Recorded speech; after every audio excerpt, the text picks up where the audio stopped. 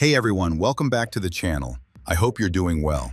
If you're having trouble with Snapchat today, maybe you're seeing error codes like c14a, c08a, or c14b, or you just can't log in. Don't worry, it's not your phone and it's not your account. Snapchat is currently facing a major global outage caused by an issue with Amazon Web Services, specifically in the US East 1 region. That's the system Snapchat uses to connect and authenticate users. When AWS goes down, the app can't verify your login, which triggers those support code errors you're seeing.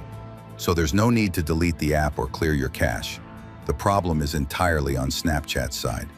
Just wait until the servers are back online. Try not to log in repeatedly, since that can trigger temporary locks.